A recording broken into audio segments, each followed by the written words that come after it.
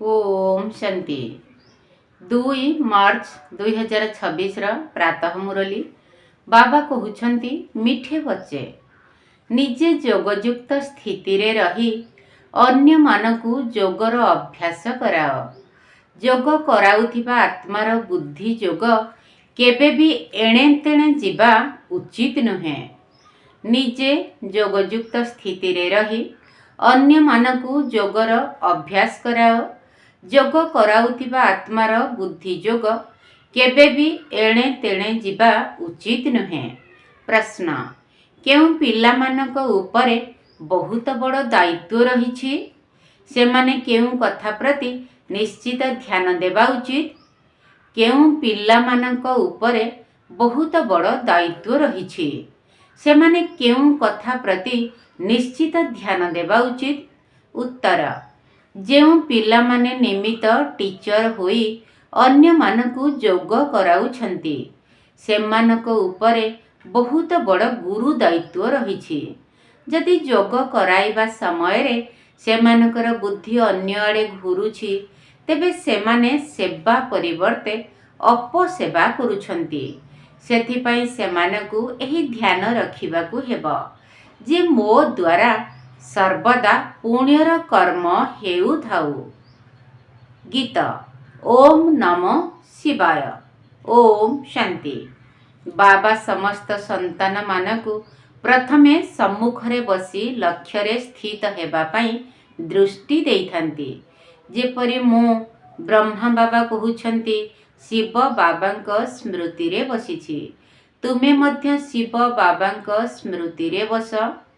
एबे प्रश्न उठुछि जे जिए जोग दृष्टि देबा पाई सम्मुखरे बसिछंती सिए सारा समय शिव बाबांक स्मृति रे रहुछंती जहाँकि अन्य मानकु मध्य आकर्षण करिब।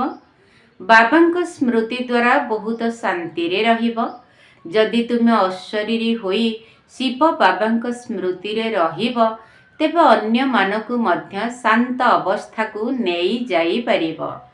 काहेकि ना तुमे टीचर होई बसिछ ना। जदि टीचर ही ठीक भावरे स्मृति रे नथिबे तेबे अन्य माने मध्य स्मृति रे रही परिबे नाही। प्रथमे तो एही विचार करिबा दरकार जे मु जिए कि सही प्रियतम बाबांकर प्रेमिका अटे तांक स्मृति रे बसिछि। प्रत्येक एही भଳି निजको पचारंतु। जदि बुद्धि अन्य आड़े चाली जाउछि देह अभिमान आसी जाउछि तेबे जान सेवा नुहे अपसेवा करिबा पाई बसिछे। एसबु बुझिबार कथा ना। किछि सेवा तो कल नाही एमिति खालीटारे बसिछ तेबे निजर क्षति ही करिब। जदि टीचरर बुद्धि जोग एणे तेणे घुरुथिब तेबे सिए अन्यकु कौन सहयोग करिब। तेणु जेउ माने टीचर होई बसुछंती सेमाने निजको पचारंतु जे मो पुण्यर काम करुछि। जदि पाप कर्म करिब तेबे दुर्गति को प्राप्त करिब पदभ्रष्ट होई जीव। जदि एही भଳି आत्मा को गद्दी उपरे बसाउछ तेबे तुमे टीचर मध्य दायी अट। शिव बाबा तो समस्तंकु जानिछंती। एही बाबा मध्य समस्तंकर अवस्था को जानिछंती। किए? ब्रह्मा बाबा। शिव बाबा कहिबे ये टीचर होई संदेली उपरे बसिछंती किंतु एहांकर बुद्धि जोगत बाहरे घुरुछि ये अन्य को कौन सहयोग करिबे। तुमे ब्राह्मण पिला माने निमित्त होइछ शिव बाबांकर संतान होई तांकठारु संपत्ति नेबा पई। बाबा कहउछंती हे आत्मा माने केवल मोते मने पकाओ। जदि टीचर होई बसुछ तेबे जोगयुक्त अवस्था रे बस। एमिति तो प्रत्येकंकु बाबांकु मने पकाइबार अछि। छात्र मध्य निजर अवस्था को जानि पारिबो जे मु पास हेबी ना फेल हेबी। टीचर मध्य जानि थांती। जदि केही ट्यूशन टीचर मध्य रखि थांती सिए मध्य जानि थांती। लौकिक पाठ पढ़ारे तो जदि केही स्वतंत्र शिक्षक रखिबाकु चाहिबे तेबे रखि पारिबे। जदि एठारे केही कहउछंती मोते जोगरे बसाओ तेबे बाबांक स्मृति रे बसिबाकु हेबो। बाबांकर आज्ञा हेउछि କେବଳ ମୋତେ ମନେ ପକାଅ। ତୁମେ ପ୍ରେମିକା ଅଟ। ତେଣୁ ଚାଲିବା ବୁଲିବା ସମୟରେ ନିଜର ପ୍ରେମିକକୁ ମନେ ପକାଅ। ସନ୍ନ୍ୟାସୀମାନେ ବ୍ରହ୍ମକୁ ମନେ ପକାଇଥାନ୍ତି। ଭାବୁଛନ୍ତି ଆମେ ଯାଇ ବ୍ରହ୍ମରେ ଲୀନ ହୋଇଯିବୁ। ଯେଉଁମାନେ ଅଧିକ ମନେ ପକାଉଥିବେ ସେମାନଙ୍କର ଅବସ୍ଥା ଭଲ ଥିବ। ପ୍ରତ୍ୟେକଙ୍କ ନିକଟରେ କିଛି ନା କିଛି ବିଶେଷତା ତ ଅଛି ନା। ତୁମକୁ କୁହାଯାଉଛି ଯେ ବାବାଙ୍କ ସ୍ମୃତିରେ ରୁହ। ନିଜକୁ ମଧ୍ୟ ସ୍ମୃତିରେ ରହିବାର ଅଛି। ବାବାଙ୍କ ପାଖରେ କେହି କେହି ତ ସତ୍ୟବାଦୀ ମଧ୍ୟ ଅଛନ୍ତି, କେହି ମିଥ୍ୟାବାଦୀ ମଧ୍ୟ ଅଛନ୍ତି। ନିଜେ ନିରନ୍ତର ସ୍ମୃତିରେ ରହିବା ବଡ଼ ମୁସ୍କିଲ। କେହି କେହି ତ ବାବାଙ୍କ ସାଥିରେ ବିଲକୁଲ ସତ୍ୟତାର ସହିତ ରହୁଛନ୍ତି। ବାବା ମଧ୍ୟ ନିଜର ଅନୁଭବ ତୁମକୁ ଶୁଣାଉଛନ୍ତି ଯେ କିଛି ସମୟ ୟାଦରେ ରହୁଛି, ପୁଣି ଭୁଲି ଯାଉଛି। କାରଣ ବହୁତ ଦାୟିତ୍ୱ ଅଛି। କାହାର? ସାକାର ବାବାଙ୍କର। ଅନେକ ସନ୍ତାନମାନଙ୍କର ଦାୟିତ୍ୱ ନେବାକୁ ପଡ଼ୁଛି। ତୁମମାନଙ୍କୁ ଏକଥା ମଧ୍ୟ ଜଣାପଡ଼ୁନାହିଁ ଯେ ଏହି ମୁରଲୀ ଶିବ ବାବା ଶୁଣାଉଛନ୍ତି ନା ବ୍ରହ୍ମା ବାବା ଶୁଣାଉଛନ୍ତି। କାରଣ ଦୁଇ ଜଣ ଯାକ ଏକାଠି ଅଛନ୍ତି ନା। ଇଏ ବ୍ରହ୍ମା ମଧ୍ୟ କହୁଛନ୍ତି ମୁଁ ମଧ୍ୟ ଶିବ ବାବାଙ୍କୁ ମନେ ପକାଉଛି। ଏହି ବାବା ମଧ୍ୟ ପିଲାମାନଙ୍କୁ ଯୋଗରେ ବସାଉଛନ୍ତି। ଯେତେବେଳେ ଏହି ବ୍ରହ୍ମା ବାବା ଯୋଗରେ ବସୁଛନ୍ତି, ତୁମେ ଦେଖୁଛ ବାୟୁମଣ୍ଡଳ କିପରି ଶାନ୍ତ ନିସ୍ତବ୍ଧ ହୋଇଯାଉଛି। ଅନେକକୁ ଆକର୍ଷିତ କରାଉଛନ୍ତି। ପିତା ଅଟନ୍ତି ନା। କହୁଛନ୍ତି ପିଲାମାନେ ତୁମେ ମଧ୍ୟ ବାବାଙ୍କ ସ୍ମୃତିରେ ରୁହ।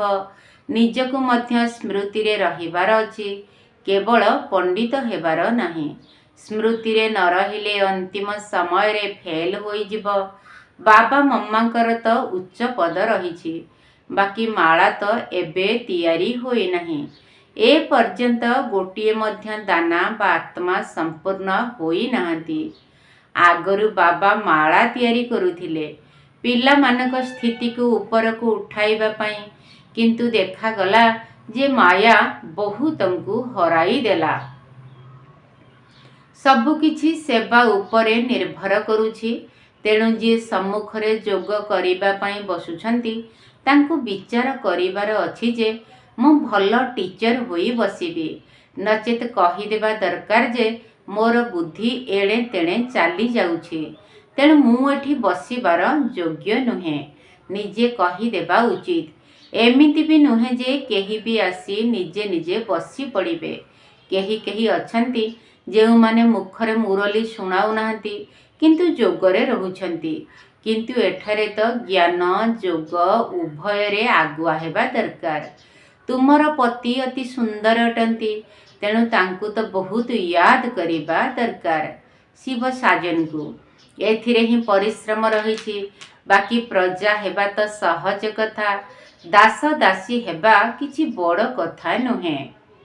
ସେମାନେ ଜ୍ଞାନକୁ ଧାରଣ କରିପାରିନଥାନ୍ତି। ଯେମିତି ଦେଖ ଯଜ୍ଞରେ ଭଣ୍ଡାରୀ ବଚି, ଭୋଲି ବଚି ଭଣ୍ଡାର ସମ୍ଭାଳୁଛନ୍ତି, ସମସ୍ତଙ୍କୁ ଖୁସି କରିଦେଉଛନ୍ତି, କାହାକୁ ଦୁଃଖ ଦେଉନାହାନ୍ତି, ସମସ୍ତେ ତାଙ୍କର ମହିମା କରୁଛନ୍ତି। ବାହା ଶିବ ବାବାଙ୍କର ଭଣ୍ଡାରୀ ତ ନମ୍ବର 1 ଅଟନ୍ତି। ଅନେକଙ୍କର ହୃଦୟକୁ ଖୁସି କରି ଦେଉଛନ୍ତି। ବାବା ମଧ୍ୟ ପିଲାମାନଙ୍କର ଦିଲକୁ ଖୁସି ଦେଇ ଆସୁଛନ୍ତି।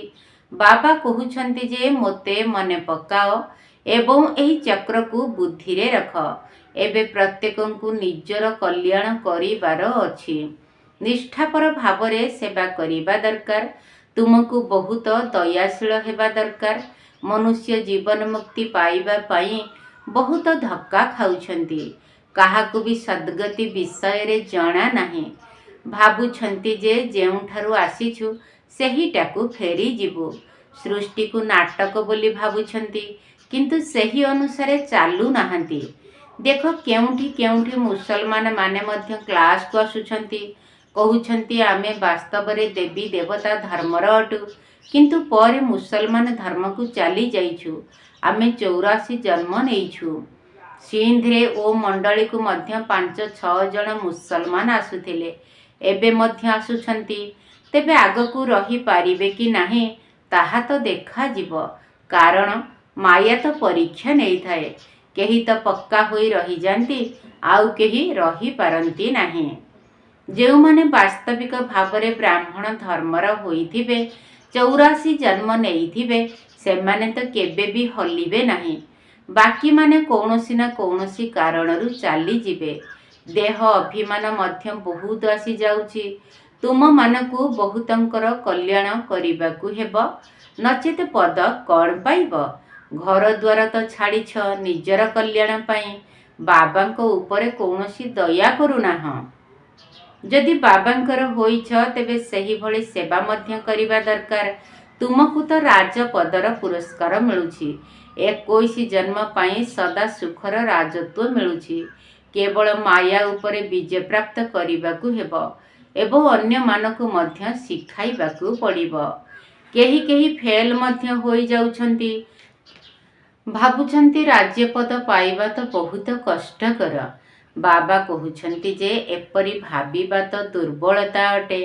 ବାବା ଏବଂ ତାଙ୍କର ସମ୍ପତ୍ତିକୁ ମନେ ପକାଇବା ବହୁତ ସହଜ।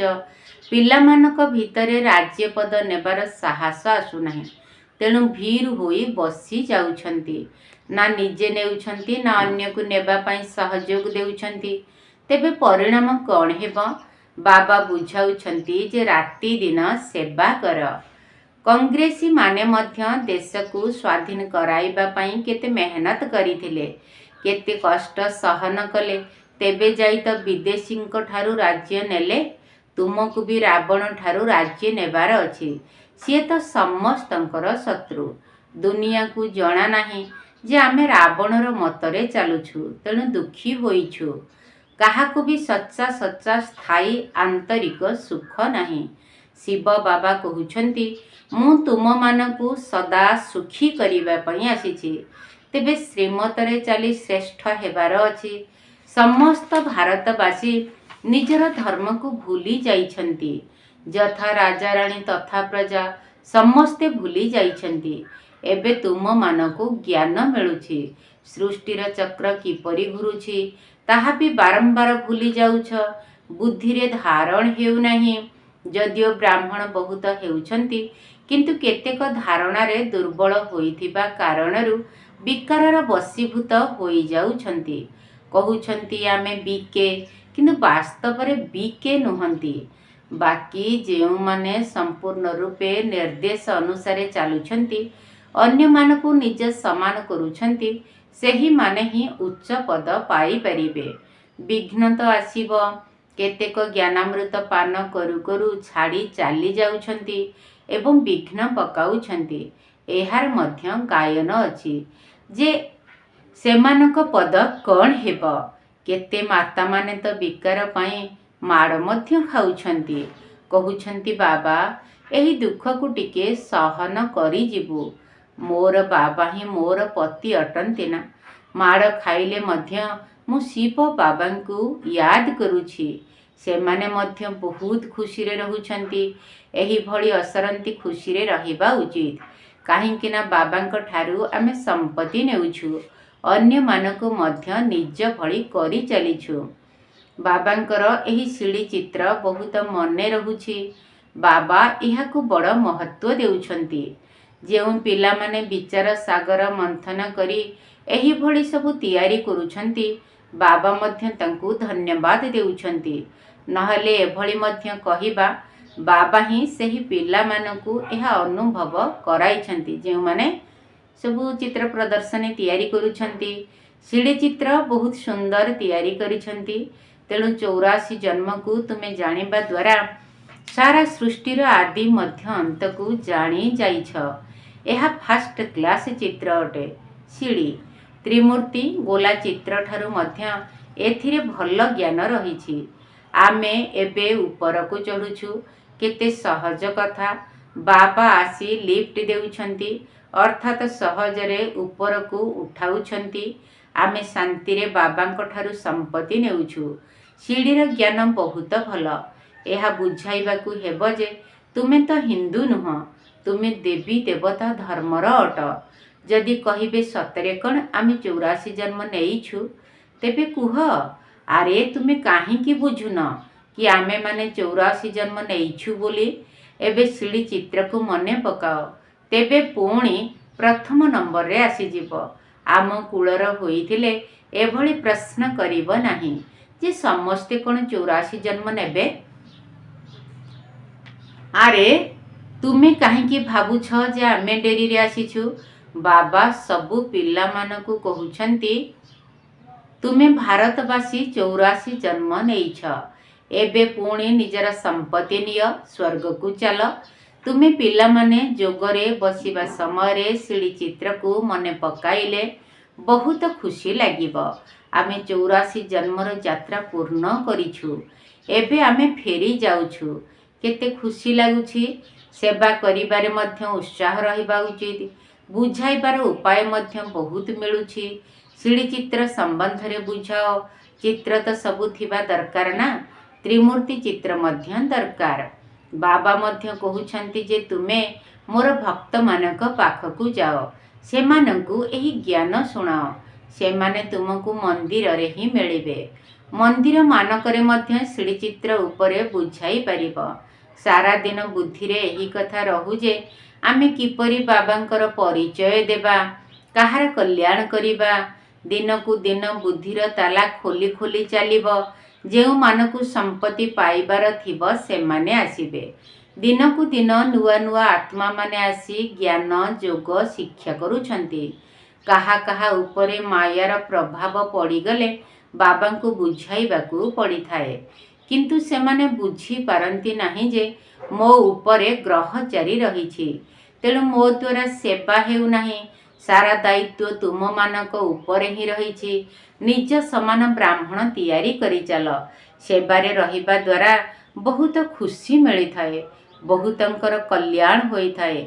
बाबा को बॉम्बे रे सेवा करिबारे बहुत मजा आसुथिला। बहुत नुआ नुआ आत्मा माने आसुथिले। बाबांकर तो बहुत मने हेउछि जे सेवा करंती कि पिला मानकु मध्य एही भली दयाशील हेबा उचित। सेबारे लागी जिबा उचित। मनरे एही कथा रहिबा दरकार जे काहाकु निज समान न करिबा पर्यंत अर्थात बाबांको परिचय न देबा जाए भोजन मध्य करिबार नाही। प्रथमे पुण्यत करे। प्रथमे पाप आत्मा को पुण्यात्मा करिबा परे जाई रोटी खाइबे। तेबे सेबारे सर्वदा लागी रहिबा दरकार। प्रथमे काहार जीवन को सफल करिबे तेबे जाई रोटी खाइबे। निज समान ब्राह्मण करिबार चेष्टा करिबा दरकार। पिल्ला मानक पाई पत्रिका बाहरुछि किंतु बीके माने एते पढ़ु नहंती। भाबुछंती आमकु एसबु पढ़िबा दरकार नाही। एसबु तो बाहर लोकंक पाई। बाबा कहउचंती बाहर वाला तो बिना टीचर रे किछि भी बुझी परिबे नाही। तेणु एहा हेउछि ब्रह्मा कुमार कुमारी मानक पाई। जहा कि एमाने पढ़ी सतेज होई जिबे किंतु एमाने पढ़ु नहंती। सबु सेंटर वालांकु बाबा पचारुछंती जे पूरा मैगजीन पत्रिका किए पढ़ुछंती। मैगजीन रो कौन बुझुछंती। केते ठीक लागुछि। मैगजीन रे लेखा देइथिबा लेखकंकु मध्य धन्यवाद देबा दरकार जे आपण बहुत भल लेखा लेखिछंती। आपणकु धन्यवाद देउछु। मेहनत करिबाकू हेबो। पत्रिका पढ़िबाकू हेबो।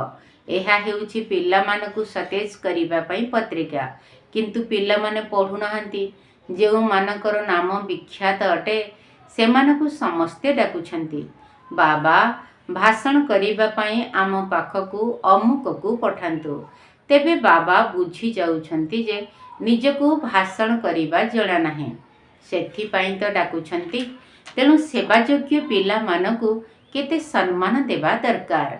अच्छा मीठे मीठे शिकिलधे संतान मानक प्रति माता पिता बाप दादांकर मधुर स्नेह संपन्न शुभेच्छा एवं सुप्रभात। आत्मिक पितांकर आत्मिक संतान मानकु नमस्ते। आम आत्मिक संतान मानकर आत्मिक बाप दादांकु नमस्ते नमस्ते नमस्ते एवं सुप्रभात। धारणा पाई मुख्य सार प्रथम पॉइंट। राजपदर पुरस्कार नेबा पाई समस्तंक हृदय को खुशी करिबाकू हेबा। बहुत बहुत दयाशील होई निजर ଏବଂ ସମସ୍ତଙ୍କର କଲ୍ୟାଣ କରିବାକୁ ହେବ। ନିଷ୍ଠାପର ଭାବରେ ସେବା କରିବାକୁ ହେବ। ରାଜପଦର ପୁରସ୍କାର ନେବା ପାଇଁ ସମସ୍ତଙ୍କ ହୃଦୟକୁ ଖୁସି କରିବାକୁ ହେବ। ବହୁତ ବହୁତ ଦୟାଶୀଳ ହୋଇ ନିଜର ଏବଂ ସମସ୍ତଙ୍କର କଲ୍ୟାଣ କରିବାକୁ ହେବ। ନିଷ୍ଠାପର ଭାବରେ ସେବା କରିବାକୁ ହେବ। ଦ୍ୱିତୀୟ ପଏଣ୍ଟ, ଦେହ ଅଭିମାନରେ ଆସି ଅପସେବା କରିବାର ନାହିଁ। ସର୍ବଦା ପୁଣ୍ୟକର୍ମ କରିବାର ଅଛି। ଅନ୍ୟମାନଙ୍କୁ ମଧ୍ୟ ନିଜ ସମାନ ବ୍ରାହ୍ମଣ କରିବାର ସେବା କରିବାକୁ ହେବ। ଯୋଗ୍ୟ ସେବାଧାରୀମାନଙ୍କୁ ସମ୍ମାନ ଦେବାକୁ ହେବ। ଦେହ ଅଭିମାନରେ ଆସି ଅପସେବା କରିବାର ନାହିଁ। ସର୍ବଦା ପୁଣ୍ୟକର୍ମ କରିବାର ଅଛି। ଅନ୍ୟମାନଙ୍କୁ ମଧ୍ୟ ନିଜ ସମାନ ବ୍ରାହ୍ମଣ କରିବାର ସେବା କରିବାକୁ ହେବ। ଯୋଗ୍ୟ ସେବାଧାରୀଙ୍କୁ ସମ୍ମାନ ଦେବାକୁ ହେବ। ବରଦାନ, ମନନ ଶକ୍ତି ଦ୍ୱାରା ବ୍ୟର୍ଥ ସଂକଳ୍ପର ବୋଝକୁ ସମାପ୍ତ କରୁଥିବା ସଦା ଶକ୍ତିଶାଳୀ ଆତ୍ମା ହୁଅ।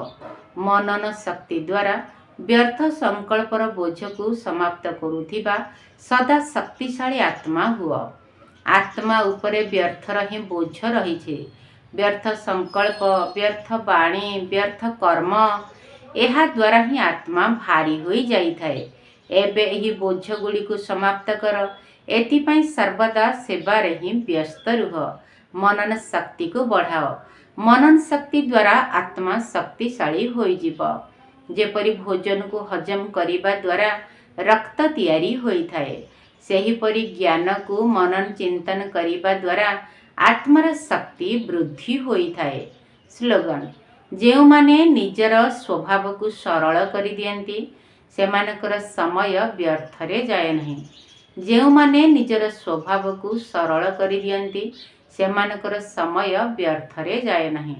ଅବ୍ୟକ୍ତ ଇଶାରା, ନିଶ୍ଚୟର ମୂଳ ଦୁଆକୁ ମଜବୁତ କରି ସଦା ନିର୍ଭୟ ଏବଂ ନିଶ୍ଚିନ୍ତ ରୁହ। ନିଶ୍ଚୟର ମୂଳ ଦୁଆକୁ ମଜବୁତ କରି ସର୍ବଦା ନିର୍ଭୟ ଏବଂ ନିଶ୍ଚିନ୍ତ ରୁହ। ଯିଏ ନିଶ୍ଚୟ ବୁଦ୍ଧି ହୋଇଥିବ ସେ ସର୍ବଦା ନିଶ୍ଚିନ୍ତ ସ୍ଥିତିରେ ରହୁଥିବ। ତାର କୌଣସି ପ୍ରକାରର ଚିନ୍ତନ ବା ଚିନ୍ତା ନଥିବ। କ'ଣ ହେଲା, କାହିଁକି ହେଲା, ଏଭଳି ତ ହେବା କଥା ନୁହେଁ, ଏସବୁ ହେଲା ବ୍ୟର୍ଥ ଚିନ୍ତନ। ନିଶ୍ଚୟ ବୁଦ୍ଧି ଆତ୍ମା ସର୍ବଦା ନିଶ୍ଚିନ୍ତ ସ୍ଥିତିରେ ରହିଥାଏ। ସେ କେବେ ବି ବ୍ୟର୍ଥ ଚିନ୍ତନ କରିନଥାଏ। ସର୍ବଦା ସ୍ୱଚିନ୍ତନରେ ରହୁଥିବା ଆତ୍ମା ନିଜର ସ୍ୱସ୍ଥିତି ଦ୍ୱାରା ପରିସ୍ଥିତି ଉପରେ ବିଜୟ ପ୍ରାପ୍ତ କରି ନେଇଥାଏ। ଆଚ୍ଛା, ଓମ୍ ଶାନ୍ତି। ବାବା ସଙ୍ଗେ କଲେ ସତ ସଙ୍ଗରେ, ମାୟା ତ ପରୀକ୍ଷା ନେବ। ବାବା ସଙ୍ଗେ କଲେ ସତ ସଙ୍ଗରେ, ମାୟା ତ ପରୀକ୍ଷା ନେବ। ମାୟାକୁ ନ ଡରି ଟାଣ ପଣ କରି, ମାୟାକୁ ନ ଡରି ଟାଣ ପଣ କରି, ଦିଅ ତାକୁ ପରାଭବ। ବାବା ସଙ୍ଗେ କଲେ ସତ ସଙ୍ଗରେ, ମାୟା ତ ପରୀକ୍ଷା ନେବ। ବାବା ସଙ୍ଗେ କଲେ ସତ ସଙ୍ଗରେ, ମାୟା ତ ପରୀକ୍ଷା ନେବ। ପରମାତ୍ମା ସଙ୍ଗ ଜ୍ଞାନ ଗୁଣ ରଙ୍ଗ, ପରମାତ୍ମା ସଙ୍ଗ ଜ୍ଞାନ ଗୁଣ ରଙ୍ଗ, ଦେଖି ସେ ଅଥୟ ହେବ। ମନକୁ ଭୁଲାଇ ବାହାନା ଦେଖାଇ, ମନକୁ ଭୁଲାଇ ବାହାନା ଦେଖାଇ, ଅଳସୁଆ କରିଦେବ। ବାବା ସଙ୍ଗେ କଲେ ସତ ସଙ୍ଗରେ ମାୟା ତ ପରୀକ୍ଷା ନେବ। ବାବା ସଙ୍ଗେ କଲେ ସତ ସଙ୍ଗରେ ମାୟା ତ ପରୀକ୍ଷା ନେବ। ପୁରୁଣା ସଂସ୍କାର ଅଶୁଦ୍ଧ ବିଚାର, ପୁରୁଣା ସଂସ୍କାର ଅଶୁଦ୍ଧ ବିଚାର, ବୁଦ୍ଧି କି କରଇ ମନ୍ଦ। ପଛ କଥା ଭୁଲି ବ୍ୟର୍ଥକୁ ଜଳାଇ, ପଛ କଥା ଭୁଲି ବ୍ୟର୍ଥକୁ ଜଳାଇ, ଚଳଣିକୁ କର ଶୁଦ୍ଧ। ବାବା ସଙ୍ଗେ କଲେ ସତ ସଙ୍ଗରେ ମାୟା ତ ପରୀକ୍ଷା ନେବ। ବାବା ସଙ୍ଗେ କଲେ ସତ ସଙ୍ଗରେ ମାୟା ତ ପରୀକ୍ଷା ନେବ। ବ୍ରାହ୍ମଣ ଜୀବନ ପବିତ୍ର କରିଣ, ବ୍ରାହ୍ମଣ ଜୀବନ ପବିତ୍ର କରିଣ, ଘରକୁ ଯିବାକୁ ହେବ।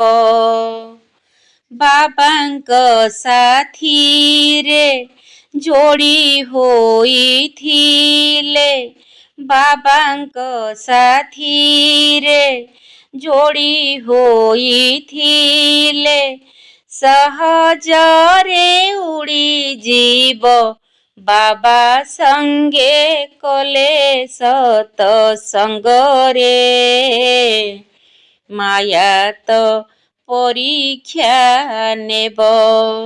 ମାୟାକୁ ନ ଡରି ଟାଣପଣ କରି, ମାୟାକୁ ନ ଡରି ଟାଣପଣ କରି, ଦିଅ ତାକୁ ପରାଭବ। ବାବା ସଙ୍ଗେ କଲେ ସତ ସଙ୍ଗରେ ମାୟା ତ ପରୀକ୍ଷା ନେବ। ବାବା ସଙ୍ଗେ କଲେ ସତ ସଙ୍ଗରେ ମାୟା ତ ପରୀକ୍ଷା ନେବ। ମାୟା ତ ପରୀକ୍ଷା ନେବ।